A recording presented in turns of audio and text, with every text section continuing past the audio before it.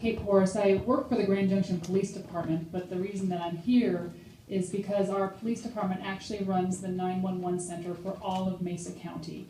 So the 911 services that you receive here in Colburn are actually by people that work for the Grand Junction Police Department in conjunction with the Grand Junction Regional Communications Center. I want to talk to you tonight about our toolbox, is what we call it. These are all of the resources that we have to keep you informed. One of the most important tools that we have is our emergency notification system. A lot of people commonly call it reverse 911. Our system is actually labeled an emergency notification system. That's the company that we use.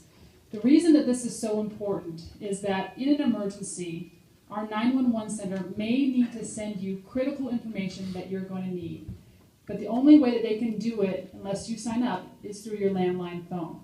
The problem with that is one, a lot of people don't have landline phones anymore. Two, they might not be home at the time that that call comes in. Or even if they are home, they might not hear that phone ring. You might be in your front yard, for example.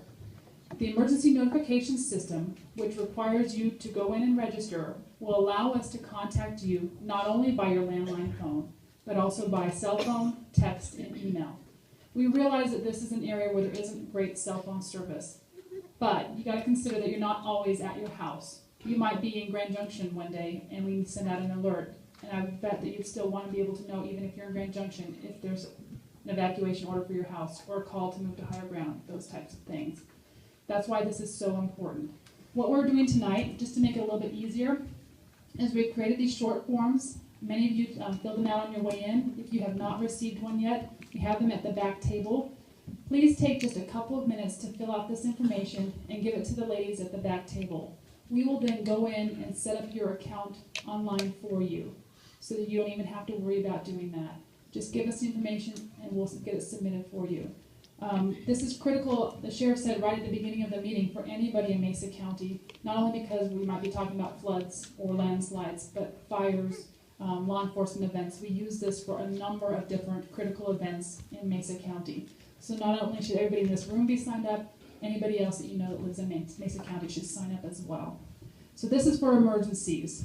I want to talk to you about a couple of other tools that we are using to keep you informed about this particular incident.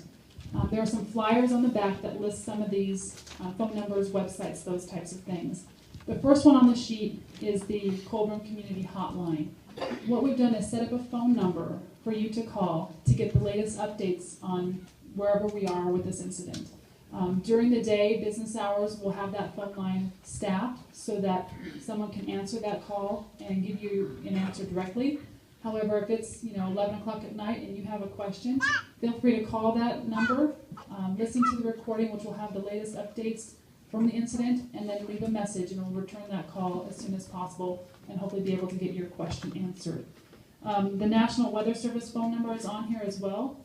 That's so that you can get the latest forecast. If you have questions, you see some clouds looming on the horizon and you want to see what the forecast is for your area, feel free to call that number. We talked about the emergency notifications, which is here. Like I said, your easiest way is just to let us set up the account for you by filling out the form. But if you choose not to, you can always go on to gjcity.org and sign up yourself.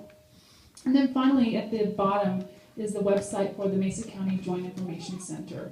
This is where we are posting all information about this incident so that anybody, media can get it, or anybody in the public can get it as well. And what we have created on this site starting tonight is a question and answer post, where you can go onto that website if you have a question, type in your question on there, we'll get that and respond with an answer to your question.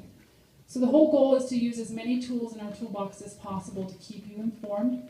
If you have any questions or concerns about getting information and keeping updated, please feel free to grab me after the meeting and we'll discuss that and see if we can find a way to make sure that you are getting the information that you need. Thank you.